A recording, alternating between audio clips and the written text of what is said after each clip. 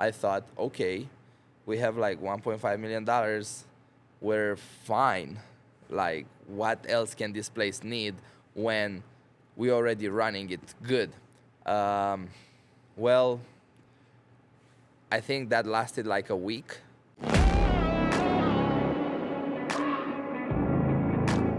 First off, I just want to say thank you for the hospitality at the Royal Grove. I really appreciate it. Yeah, that's awesome. That's one of the things that we're main things that we're trying to do here is making everybody feel as special as possible, starting from the customers and ending with the artists and also the staff that's working for us. We want to make them feel very good while they're here.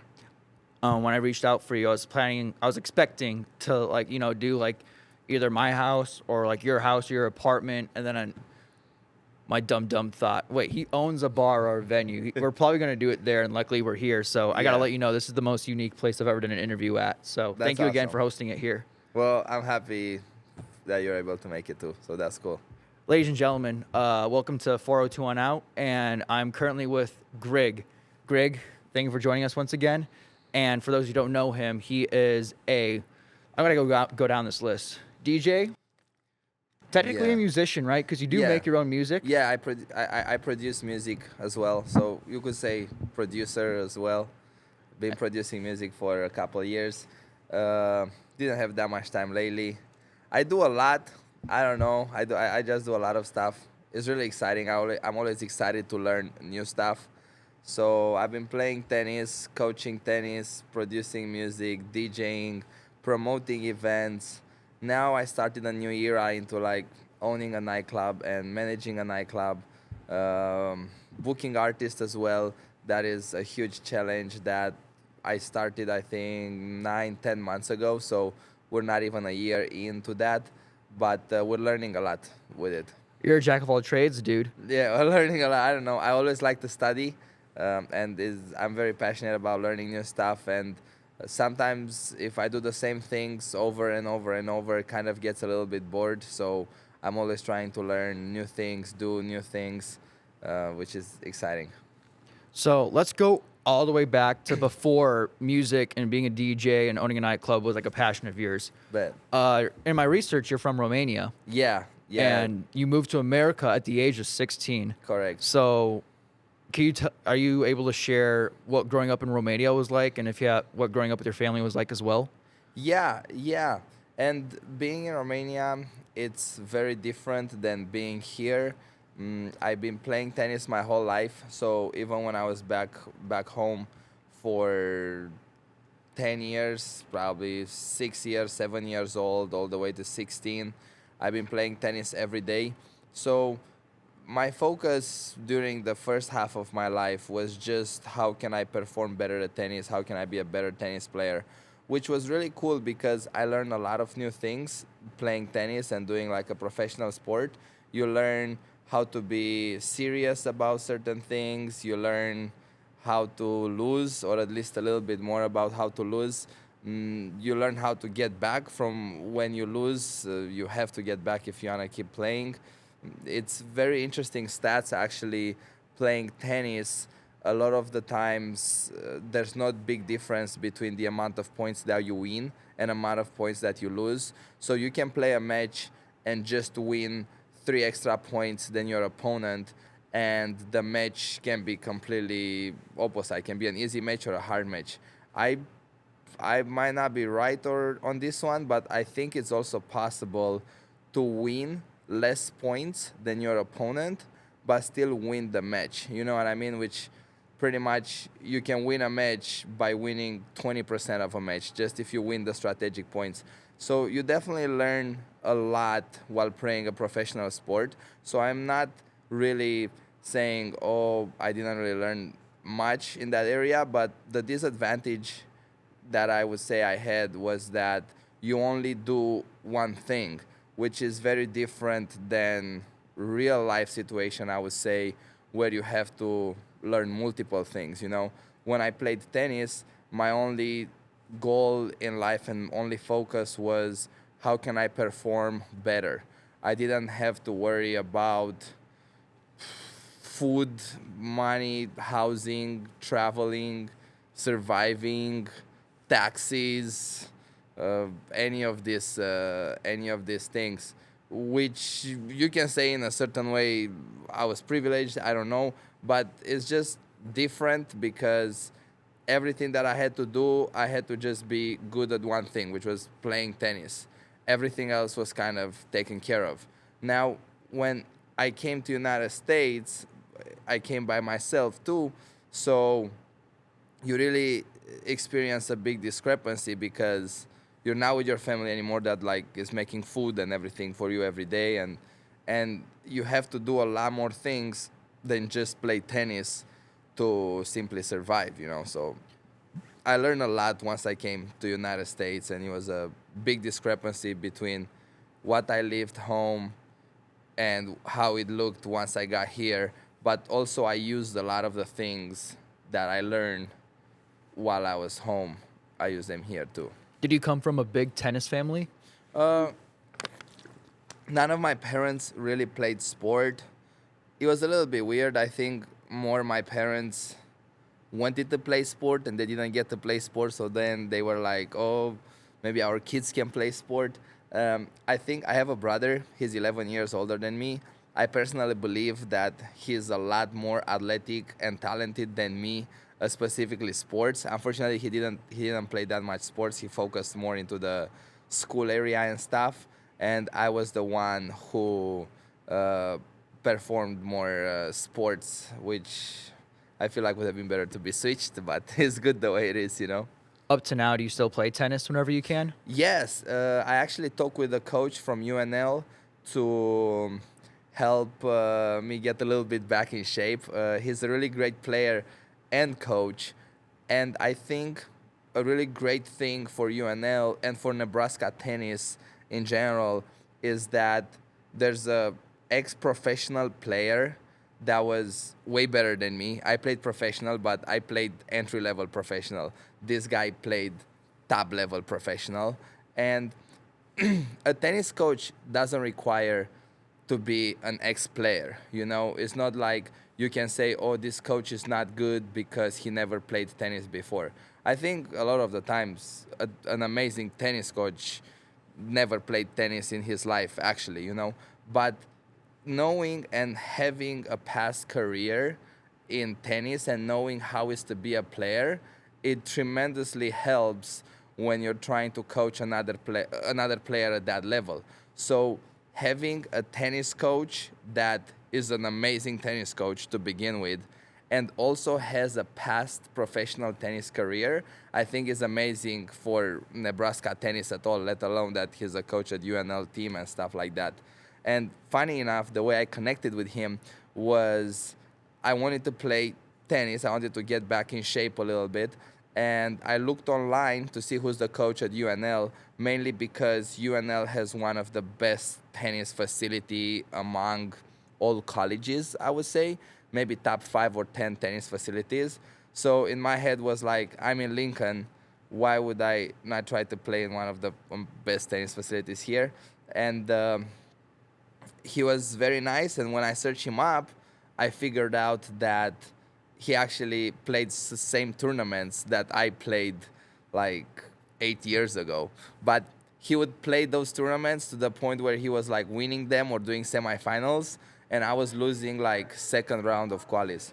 We should probably tell them to. Sorry. No, Okay, you're let's all go fine. back to it. So yeah, we were talking about how you connected with this tennis coach from UNL. Yeah. You got small world. You guys ended up finding out you guys play in the same tournaments. Yeah. But you don't go far.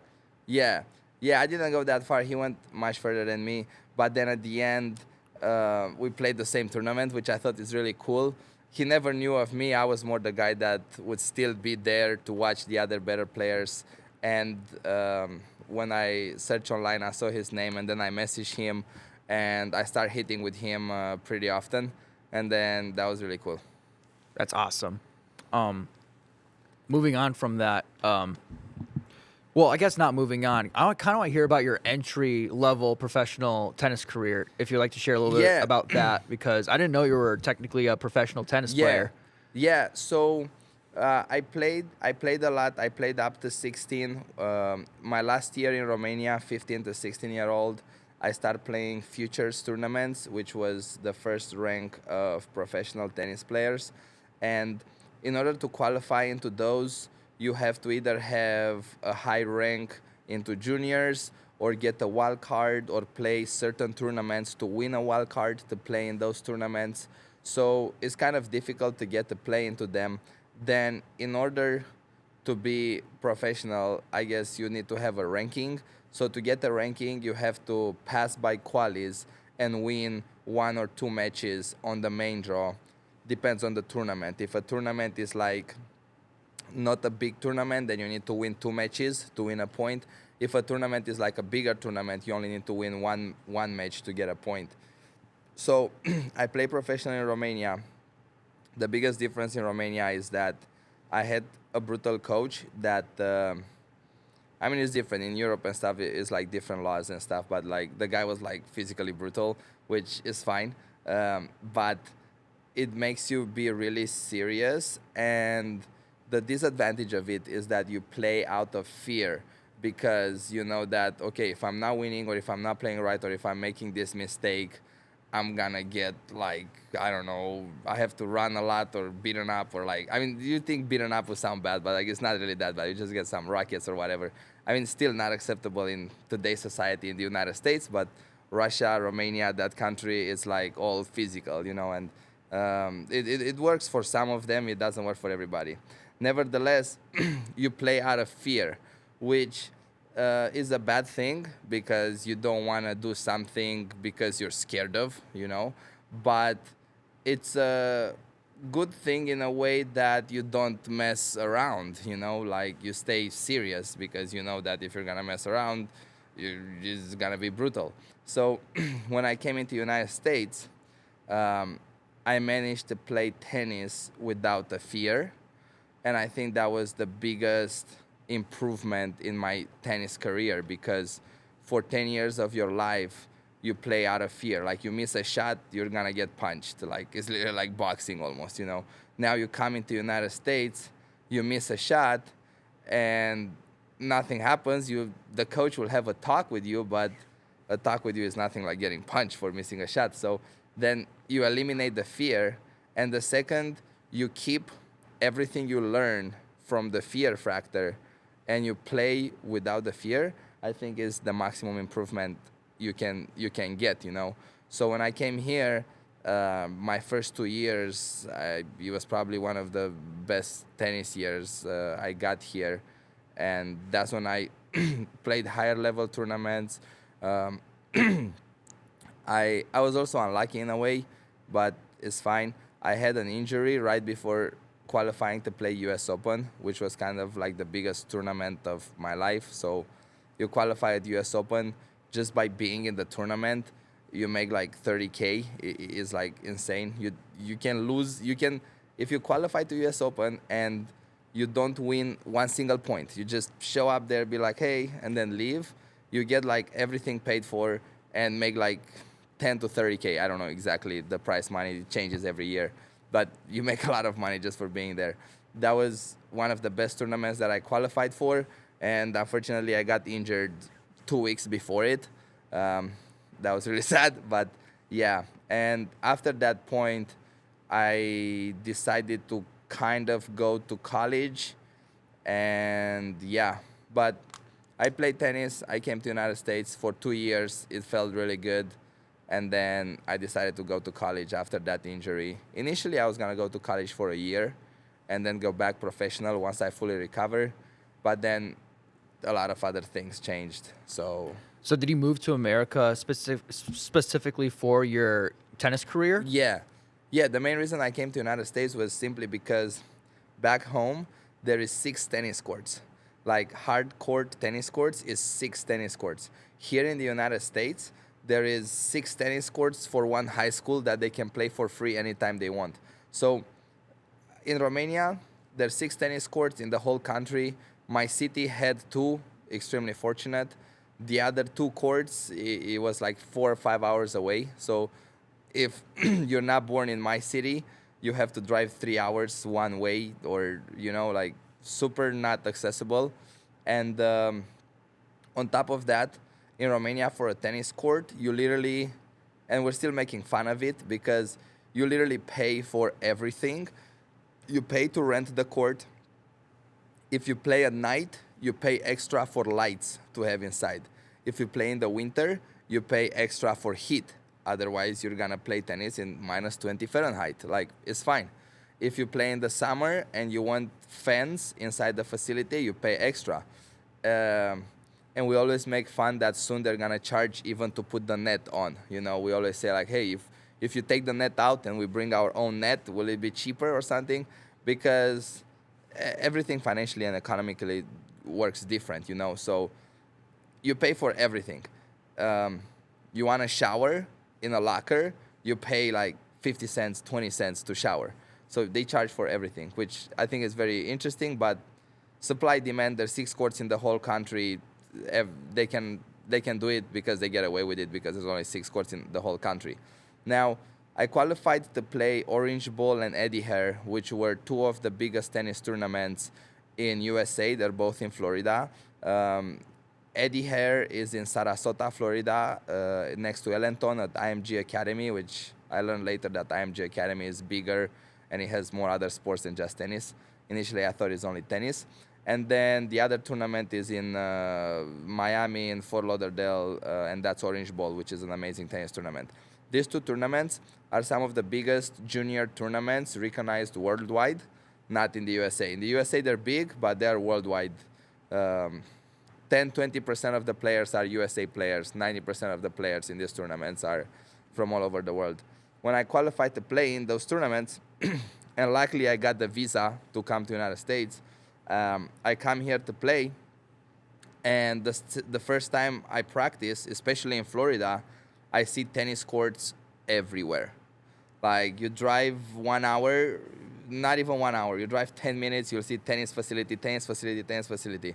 Now, if you play good, people will even pay you to sponsor or be the image of a tennis club, or people will pay just to see you hitting with other people that are good in their tennis academy. So, but that's further on. The first thing was the amount of tennis courts that are free. Back home, the economy is, again, extremely different. A lot of money that is made there seem like no money here. So I can't say that, we were super broke in Romania. We're doing fine in Romania, but if you compare Romania to United States, like 30K a year combined between my parents that they were making, you probably cannot even survive in the United States. You know, in Romania with 20K a year, like, I don't know, my mom always made more, like maybe like 12K, and my father 8K. And then maybe they get some side gigs for 3-4K. So 25K a year for a family with 2 kids. In Romania, you live super good. Like, you're fine. So when I came here, we didn't have to pay for anything because the court was expensive, the lights were expensive. In the winter, it was more expensive. In the summer, it was more expensive. All the time, pretty much, if you wanted to practice, was more expensive.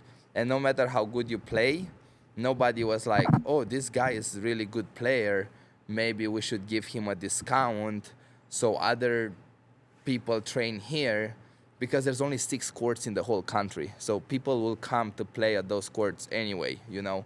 So here, when I came and I saw so many courts, I was like, I didn't want to leave. I was like, I want to stay here and I can train 24/7 for free, you know. So when I saw that opportunity, I stayed here for 3 months or 4 months. The visa was like 6 months long. And then I went back home and I kind of dropped high school and everything that I was doing and fully moved here pretty much. And then I just came here and played tennis 24/7. Who is your favorite tennis player then? Well, for a really long time, I really liked Monfils.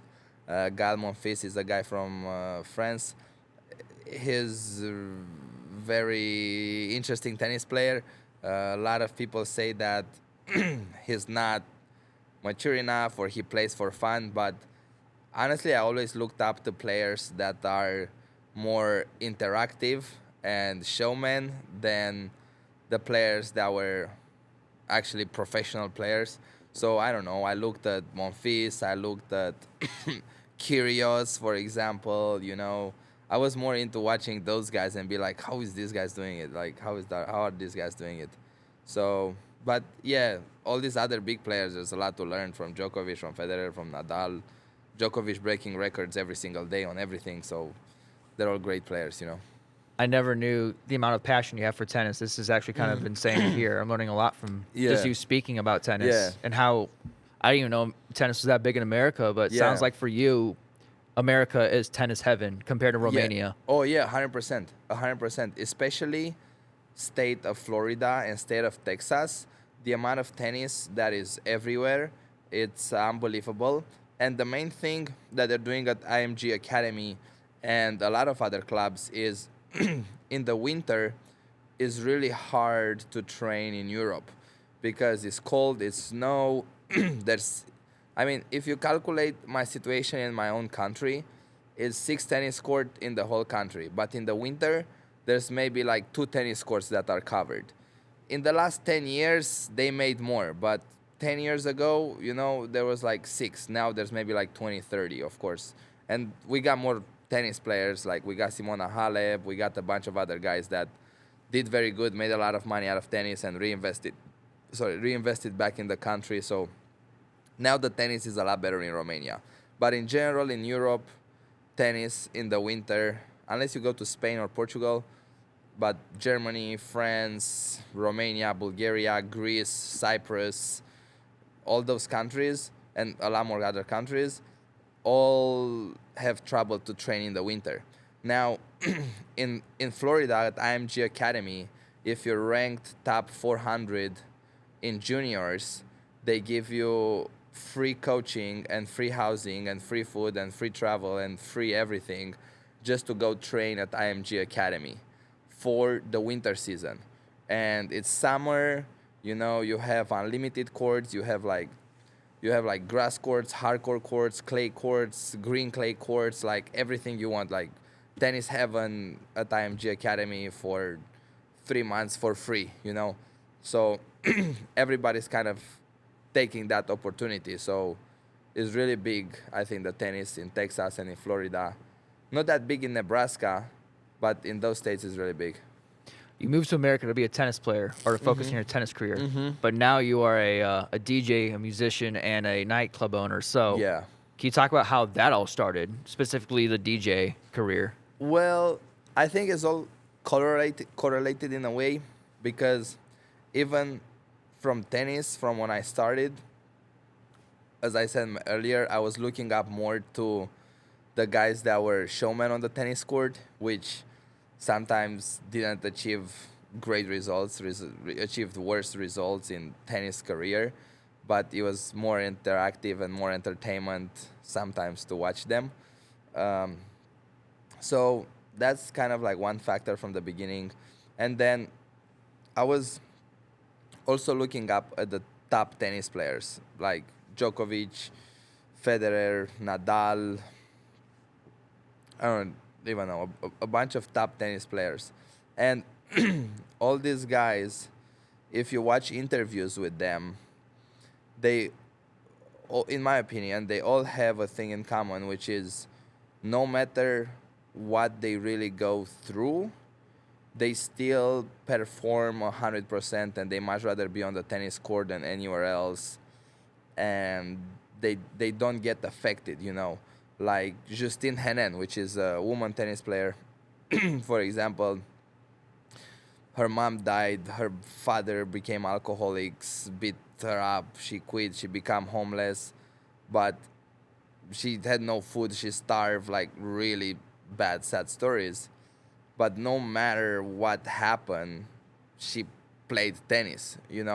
Uh, then you have stories from Djokovic or from Rafa or from Andre Agassi to get like USA players too, or Serena Williams as well, where no matter what they did in their life, anytime 24/7, they would be on the tennis court. They would forget about anything. They would forget about family issues, I don't know, girlfriend issues, financial issues, hunger issues, sleeping. They would forget about anything and only do tennis. Now, with me, I always played good tennis when I was in a good state of mind, I would say.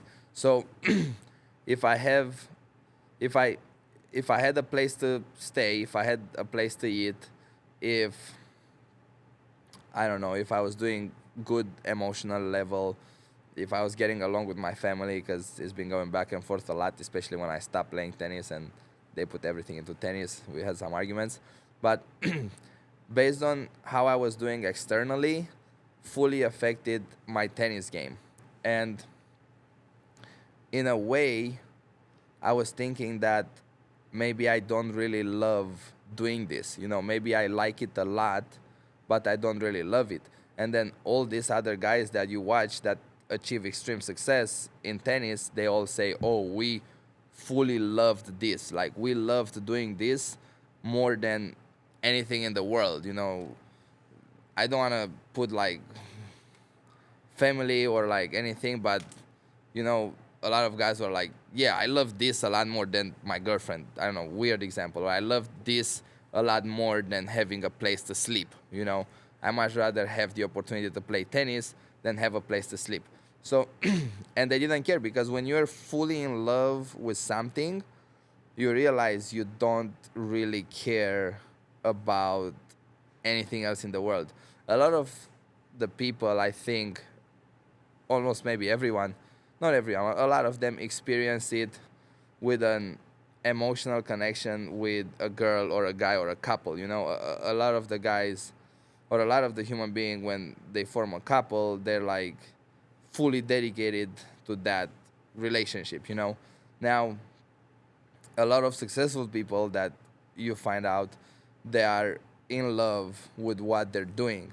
And once I kind of draw that point and I was like, okay, the tennis players love playing tennis. Now, let's look outside the industry, you know, what other personalities loved doing. They became generally successful in that area. So then the main question came out was like, I'm doing good, like I'm playing tennis, I have scholarship, I travel, I'm doing good. I'm not homeless anymore. I had a period where it was kind of bad while I was still playing tennis, but I was doing good at that point when I stopped playing tennis. And the question was, what do you love doing? You know, you're just gonna waste your life essentially, in my opinion, if you don't start doing what you love like right away. If you find out what you love, you should start doing it right away, in my opinion. So then I start thinking about what I love doing. Um, and this might be common for other people. You know, there might be like, I love partying. You know, like it's pretty common thing. Oh, I love partying. What can be bad about parking? You know, partying. But I don't know. This might sound ridiculous, but it's pretty difficult to party. Like, you know, a lot of people who love party, but can you party for 20 hours every single day and only do that for the rest of your life? Maybe some people say, no, you know, I'm not that passionate about partying. I like partying. I don't love partying. And I think that's kind of the same with me with tennis. I really like tennis. I didn't really love tennis to play 20 hours a day every single day. So then I figured out that every time I listen music and every time I have something bad going on in my life, I feel numb and happy when I'm involved with music, in terms of imagining throwing a party or imagining throwing a show or anything music related. So that's how I started DJing. I was like, I love DJing. I love being involved with music. I don't really love tennis. I like it a lot, and it's really sad because I did it for 6 to 20, 14 years in my life, you know. And that's what I did almost every single day. Maybe with the exception of a couple of years, for 14 years of my life, I played average 6 hours a day tennis. And then the other hours were recovery, eating, stretching, massaging, mental coaching. Like, it's not like I did 6 hours tennis and 3 hours something else. No, just full on tennis, you know. So what was that experience of finding out I like making music, I like producing music? What was that experience or specific event? Well, it was really exciting, um, really scary, but I had really good momentum because it was right off.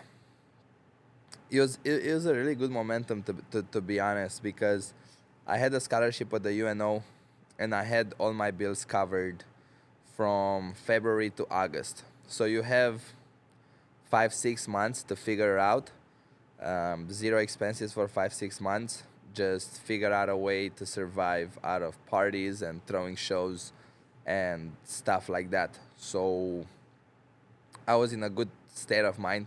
A lot of people sometimes don't have the luxury to not make any money for half a year and survive trying to do something completely new. You know what I mean? So that was a really good advantage. And then I pretty much just started throwing parties. Once I saw that my scholarship was signed until August, I was like, I'm good. I apologize. I'm sorry, but like mentally I'm not here, and I appreciate everything and stuff, but like I have to also be selfish in a way with my mental health, you know, like what I want to do and what I believe that makes me happy at the end of the day. Because, of course, some coaches and the AD from the ex AD Trev Alberts? yeah, Trev Alberts, the ex AD from UNL, used to be the AD at UNO when I was involved, and there's also been some conflicts because I start kind of throwing parties in college, and the hockey guys would come party at my parties.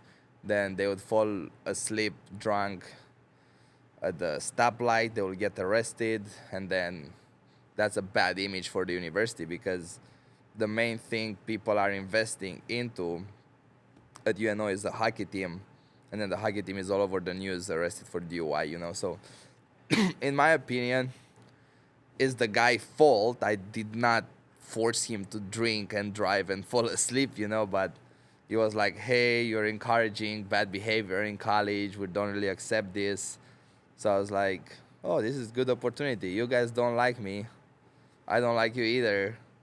And I also want to do this other thing. So I played nice. They signed the scholarship. I had scholarship till August. And then I was like, okay, let's figure out how to make money out of music. How long were you at UNO for? Just that 1 year? I was at UNO for 3 years. 3 years? Yeah. And that happened my junior year. I had 22 credit hours to graduate. You can tell I didn't the way I said it. Yeah, 22 hours short. My mom still calls me sometimes. It's like, hey, are you going to take those 22 hours sometimes? I'm like, I think I have to take a lot of other credits because some credits change. I don't know. Did your parents or friends from Romania, when they heard about this, did they support you at first, deciding you wanted to make music or be a DJ? No. What were the reactions? Well, the reaction is crazy because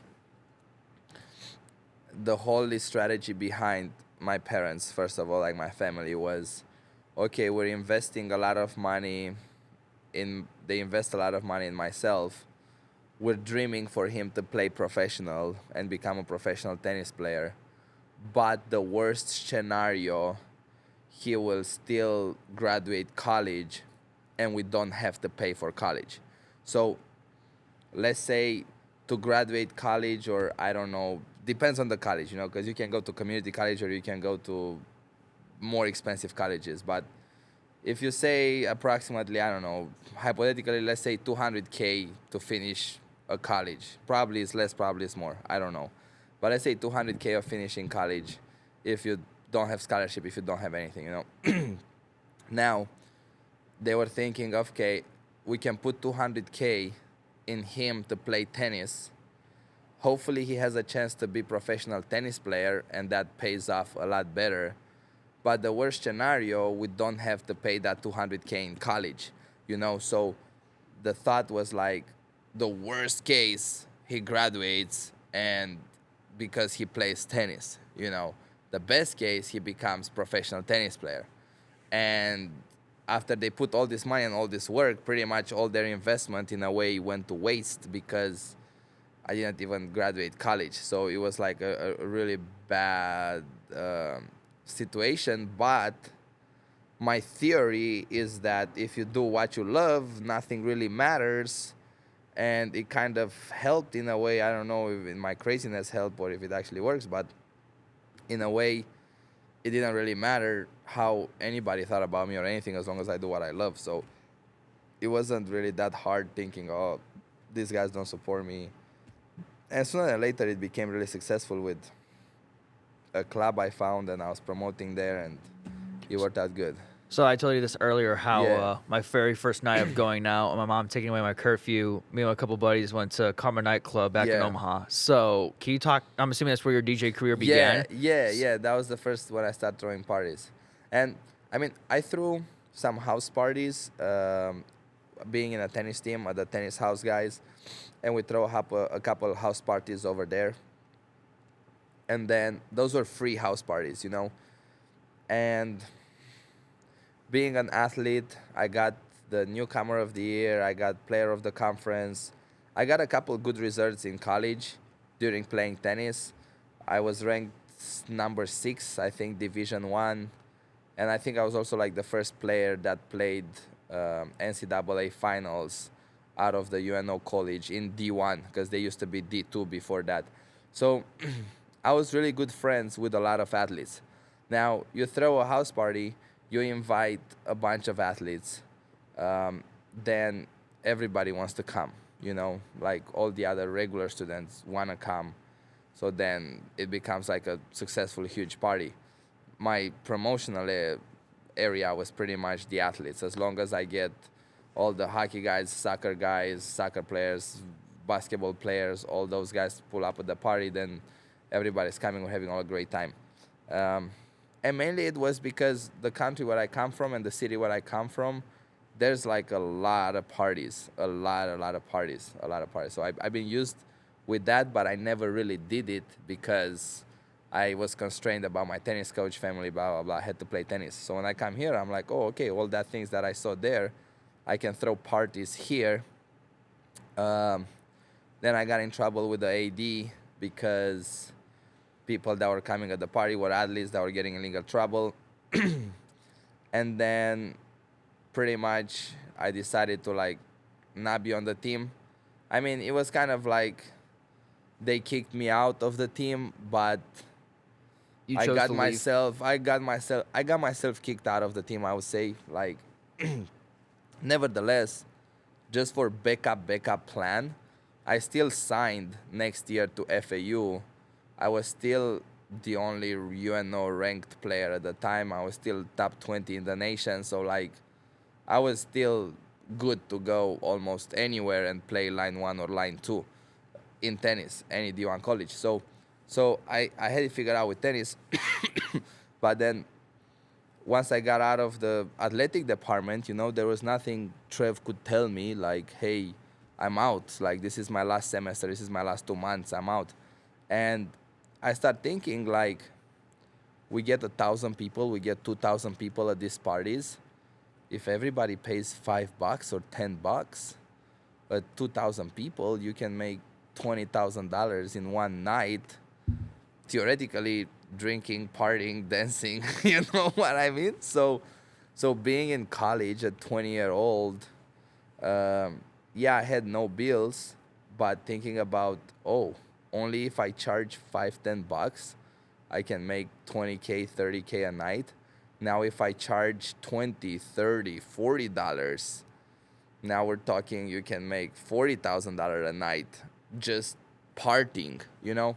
So when I figured out that, the first thing we did was $5. We got probably like 1,200 people to a party. Out of them, 500 were for free. I always liked to tell people like, hey, just come party. Like, I'm not really doing this to become a millionaire. I just want you to come party and have a great time. So we did free for anybody that I knew. Okay, if they bring other people that we don't know and stuff, yeah, we'll charge them $5. We throw the first party. We got like maybe 400 or 500 people actually paying at $5. You know, That was still like $2,000-3,000, and I used to do it with a tennis player from the team. I was DJing and everything, and he was collecting at the door, and then we split that 50-50. So for a Thursday, the first time we made like $2,000, that was like extremely excited. Like we party, we drink, we celebrate all night, and just DJ. Um, I always liked to be in the middle of attention. I always liked the crowd and stuff. Even when I was playing tennis, having 500 people watch me, I would play way better tennis than at 6 a.m. in Iowa on some random courts with 5 people watching. I'll be like, why are we here? It's 6 a.m. Everybody's sleeping. It's windy. It's almost raining, and I'm battling a random guy here on a tennis court, and 4 people are watching. Like, I didn't even find sense of being there as a tennis player, you know. But when I DJ, I had at least 100 people watch me, you know. When I played tennis, I barely had 100 people watch me. So that already feed me energy, and um, yeah. So that was really good. So it ended up being worth leaving the tennis team to pursue this new career. Yeah, yeah, I think so. And mainly because I started doing what I loved from that point forward. I never did things out of fear or things that I just did for a long time, or things that other people told me I should do. Like, I just simply did what I loved, and I don't know. I guess I was happier on overall situation, you know? The mask that I brought up earlier that you usually wear. Yeah. How did that come up? Well, I don't know. When I was studying DJing, every artist had kind of like a unique thing to them. Marshmallow was blowing up at the time. Um, Daft Punk. yeah, those guys too. Those guys were popular. They're still popular. So I was just trying to implement an element that is new, that hopefully not that many people use it, or not that people use it at the time. I went to Ultra Music Festival almost every year while I was young. I still go. I don't think this year we're gonna go, but we went last year, 2 years ago, 3 years ago. We might go this year too. Um, but I went to Ultra, and I think in 2000, I don't know, 17, 18, and someone in the crowd gave me a pair of glasses that were like that, and I thought it's cool. And then I researched them. I bought more pairs to have backup. I branded them. I got more colors to fit more outfits. I started selling them at the party, which were making more money. I made a filter on Snapchat and Instagram, and I don't know. That was cool. That is a cool story. Thanks for Yeah. sharing that. So when did the idea of kind of leaving like the Omaha scene and officially buying the Royal Grove and becoming an owner of that, when did that come in? Well, I throw a lot of college parties. Well, a while ago, we calculated that we threw more than 1,000 college party, and we kind of made like a cool video about it. We threw a lot of college parties. In UNL, it's much bigger college. So after doing a bunch of college parties in Omaha, we moved to Lincoln, and I started throwing a bunch of college parties in Lincoln.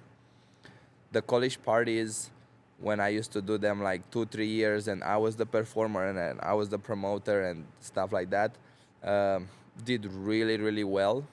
Um, and then the previous owner has like a really big family. He has, I think, 4 or 5 kids.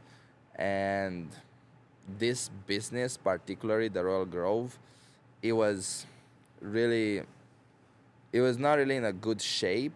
So to have it running and maintained, you kind of have to be here. I mean, learning how to run a business passively and stuff, yes, of course, is super important, but you kind of had to be here. And then to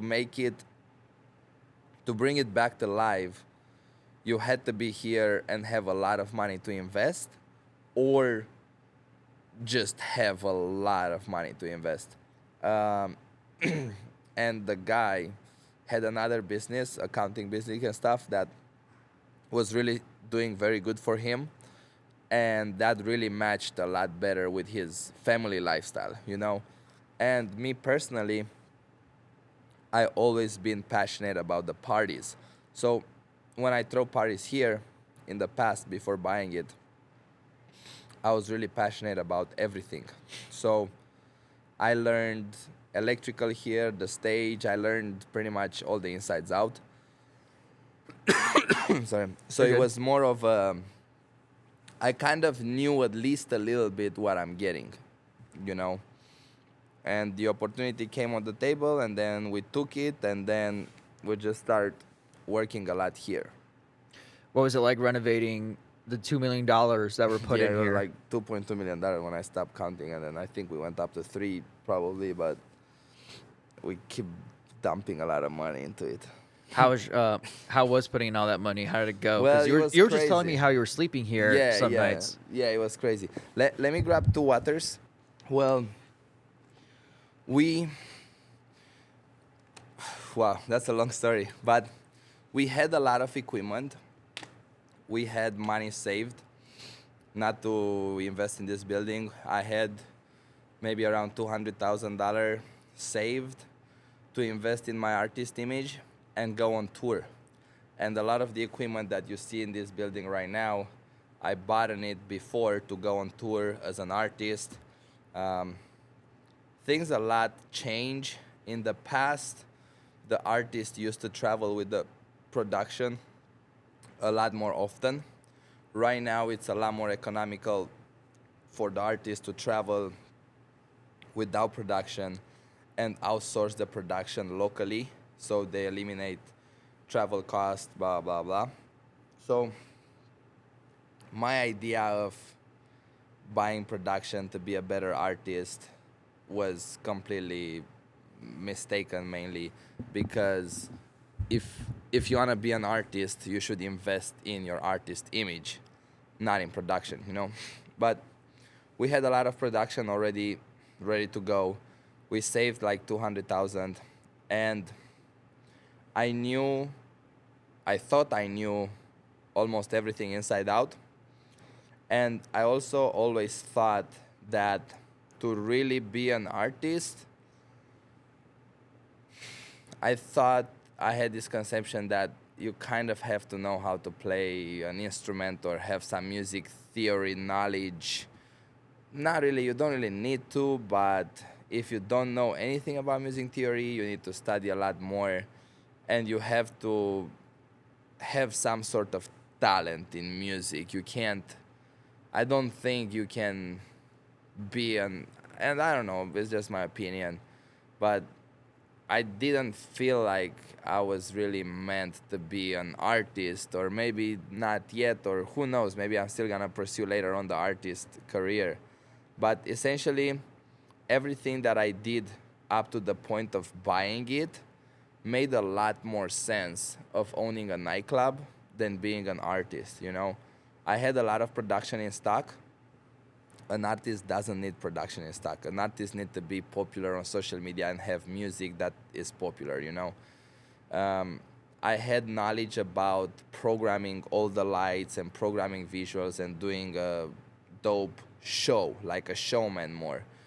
And that is not really the artist side. That is more production team or light guy or visual guy or laser guy that you hire. Now me, I learned how to run and program lasers. I learned how to run and program lights. I learned how to run and program visuals.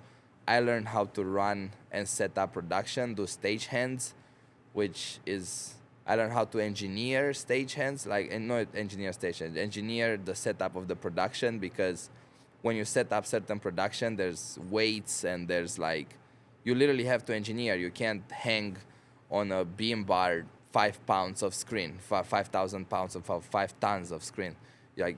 So I did so many other things that were not artist related, but all made sense into throwing a better party. And when the venue opportunity came in, I was like, all my qualities fit perfectly into owning a club and don't really fit into an artist. You can make them fit into an artist, but don't really fit an artist. So we started with like 200K. I had a lot of production in stock. Um, and I really hoped that with 500,000 was gonna be enough. I thought, okay, how much stuff this venue needs. 500,000 in renovations. Like, we throw massive parties with the venue as it is. 500,000 more we put in it, we're gonna make it amazing. But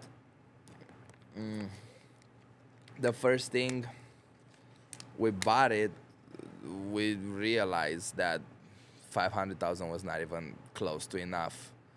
And we didn't make the payments. We had like 500,000, like cash flow or in stock or however you want to call it.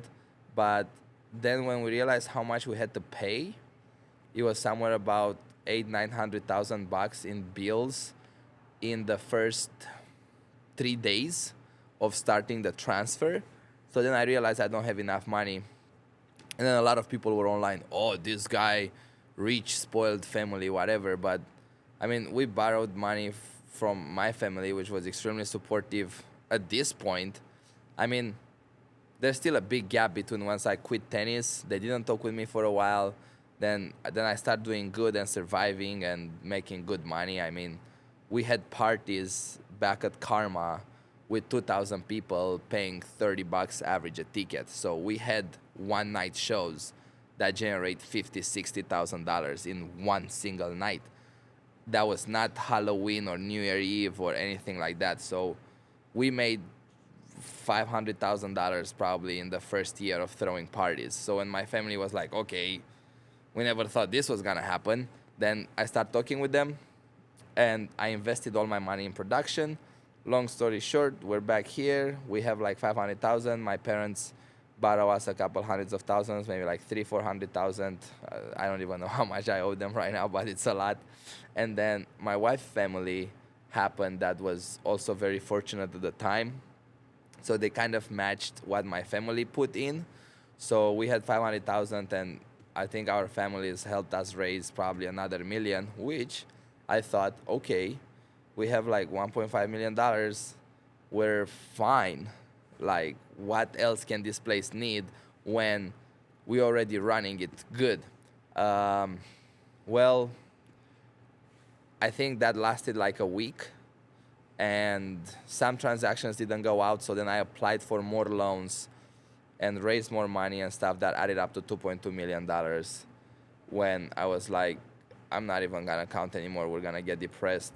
At this point, let's focus on making profit, not let's focus on investing and getting the venue at the stage we want, because we're never really gonna get the venue at the stage we want, and we have to open. Some of the biggest expenses here, none of the fridges were working here. So the fridges, for example, it was probably like $180,000 in fixing all the fridges.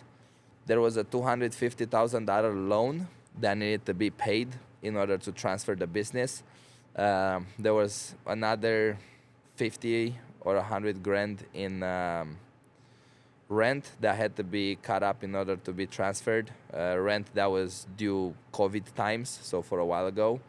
So I don't know, $500,000 went like in a couple hours. It just went out just paying some guys. There was structural damage. There was like emergency fire doors. There was plumbing issues. I don't know if, and a lot of the guys, it's really interesting because now thinking about it, I'm like, should we have really fixed the bathrooms? I mean, the bathrooms were not working, and they were a big concern at the time. There were maybe 1 or 2 stalls working, and it was terrible. So only the bathrooms maybe cost like $300,000 maybe to fix both bathrooms, do all the plumbing. Then I installed more production. We had to pay more for electrical. To change an electrical panel is like $2-3K. Then you have a sprinkler system. The building had to be sprinkled. Any building above 1,000 people in the city of Lincoln has to be sprinkled for public safety. A sprinkler system for a building this size is like $300K. We found out that the moment the previous owner sold it, there was like a couple months deadlines by the time we had to install it. So you buy this business and you're like, yeah, you cannot operate unless you pay $300K in sprinkler system. And I'm not used with those bills. Like, I'm a college guy that played tennis, dropped college, yes, made money, but I never had to pay 300K at once, you know. So that's how we kind of ran out of $2 million. Like, You just also like as an outsider yeah, myself, you don't really. I don't ever think about what you guys go through with that, paying yeah, $300,000 for just sprinkler sprinklers. system. Yeah, because they have to close the highway, which is a city highway. They have to break the whole highway. Then the highway cannot be rebuilt with private contractors. It has to be rebuilt with contractors that are approved by the city because it's a city highway, public property. Um, then just to bring that water line in from the highway, and we were unlucky. The building is on the left side, and then the pipe is on the right side of the highway, so they have to close the whole Cornhusker highway just for our building to be sprinkled. So you have permits over there, you have people trying to redirect traffic, the whole highway traffic needs to be redirected.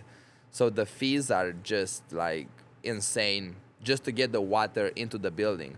Then you have dry and wet systems, which is if it's freezing, the water in the pipe of the sprinkler system cannot freeze. And in Nebraska, it's like sometimes, I don't know, minus 40 Fahrenheit or like something that's crazy cold. So if the sprinkler system is inside the building where it's temperature control, it doesn't have to be dry system.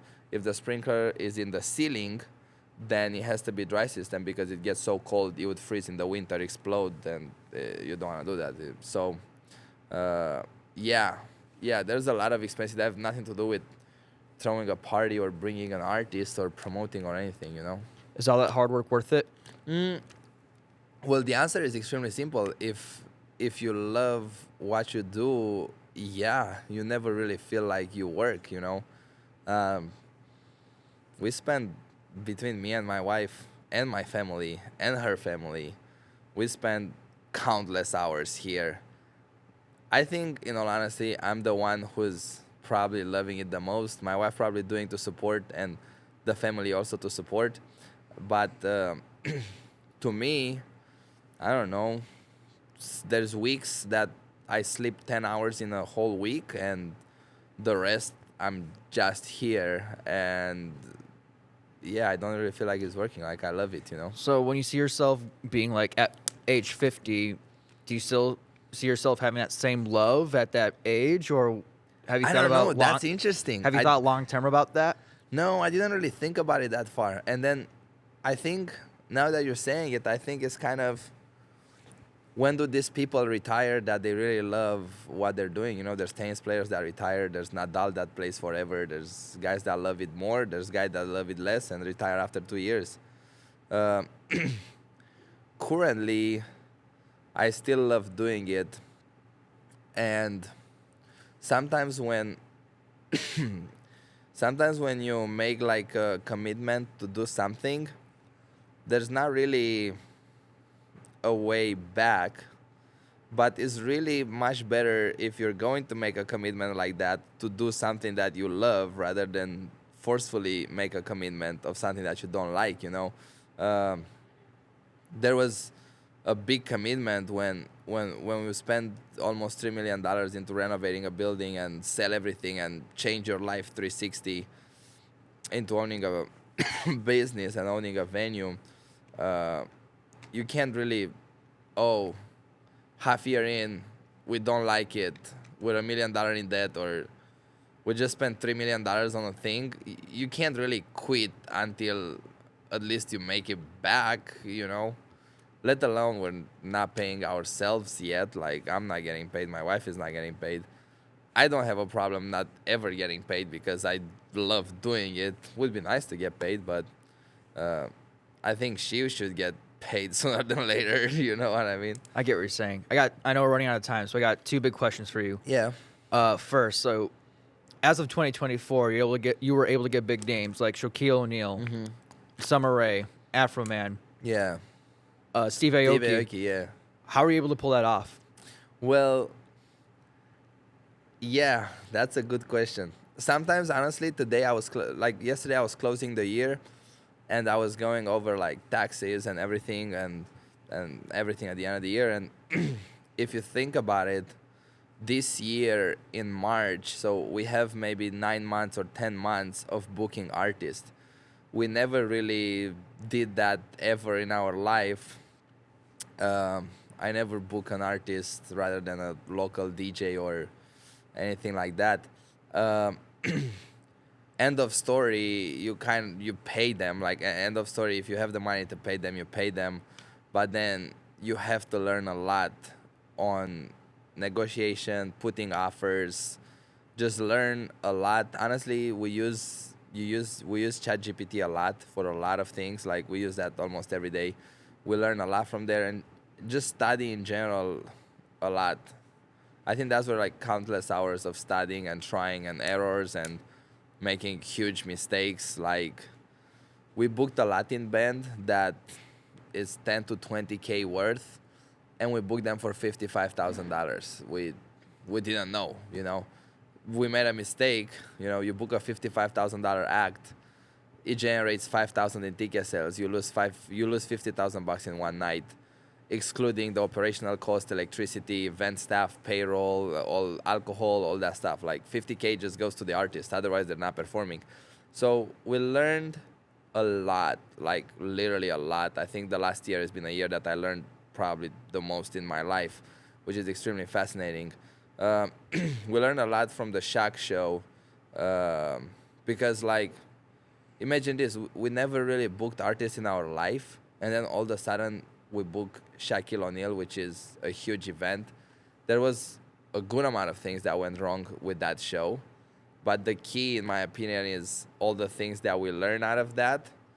I don't think maybe I reacted properly right away because I don't know, it was very intense. I didn't sleep for like 2 3 weeks, but since then we brought Steve Aoki back-to-back dates.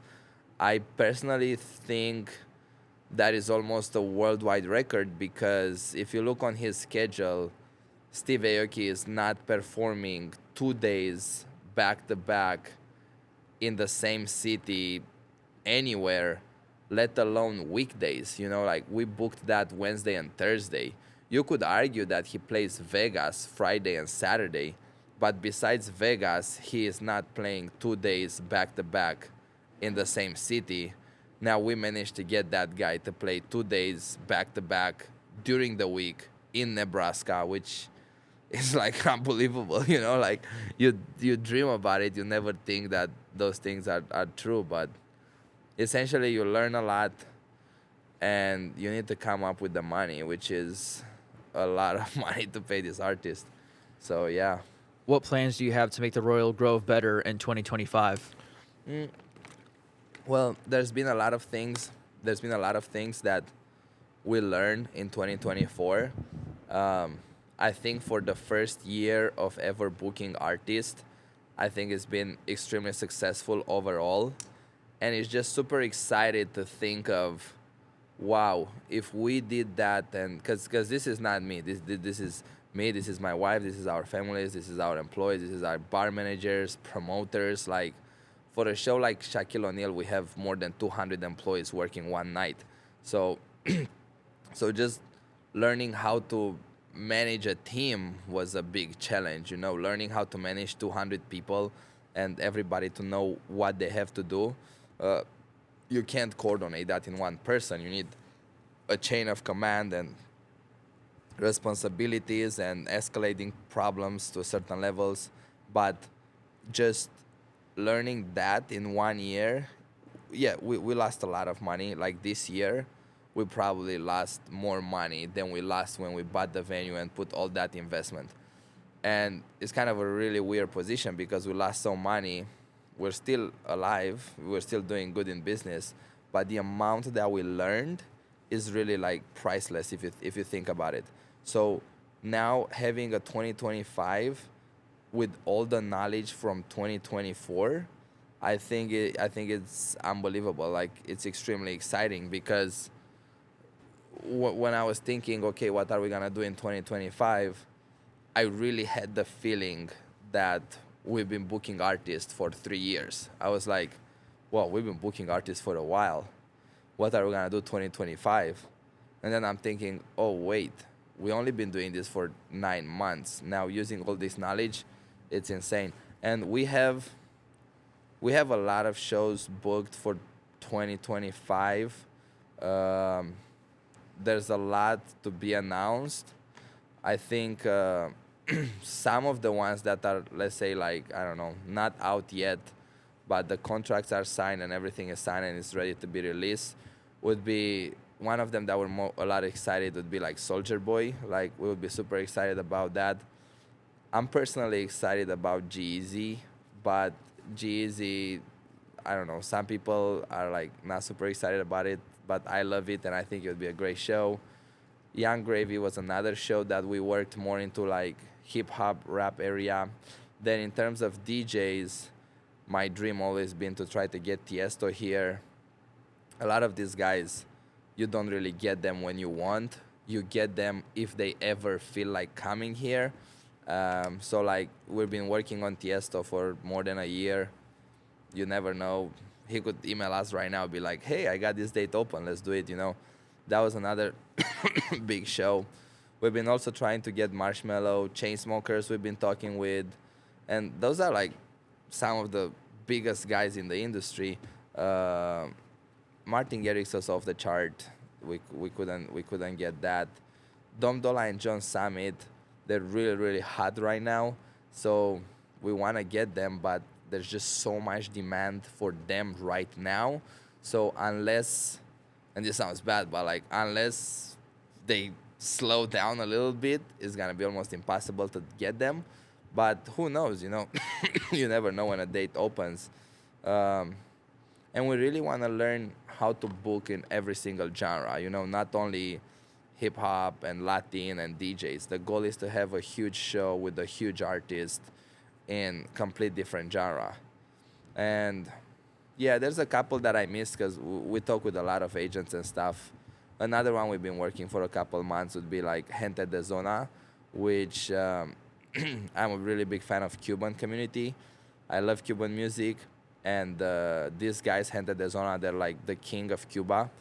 And they have, in my opinion, one of the most popular songs on the planet. It's not theirs fully, it's with Enrique Iglesias, it's the song Bailando. I think like everybody on this planet heard the song Bailando from Enrique Iglesias at least a couple times. And just to think about that, one of the most popular songs on planet can be performed in Lincoln by one of the artists that is performing in the song, I think is like mind-blowing. You know, I can't sleep thinking about, okay, when is this agent's gonna get back and fully lock in the date, you know? Yeah. Greg, I appreciate your time sharing all this with me and everyone else listening. I've learned a lot from what it's like being a nightclub owner or a DJ or a music producer or even a tennis player, especially. Cool, yeah. So I appreciate your time being here and sharing that with us. Do you have any last words to share? Yeah, I just hope everybody has a couple days off in 2025 that they can come here and experience some of these shows. We improved a lot, especially from 2023, from 2024, and we really want to create something here that everybody can come, have fun, and have the time of their life for at least a couple hours and forget about all the stress and everything for at least a couple hours, you know? Where can people find your event news? Which one's that? Sorry. Where can people find your Yeah. like upcoming events? So, so we have everything we release on our website on theroyalgrove.com. And I try to do as good as possible over there with having like a 3D map and letting people know about VIP experience and pictures and a lot of like interactive maps and stuff. Got it. Cool. Greg, thank you very much for your time. I appreciate it. Well, thank you so much too. Thanks for everyone Cool. listening.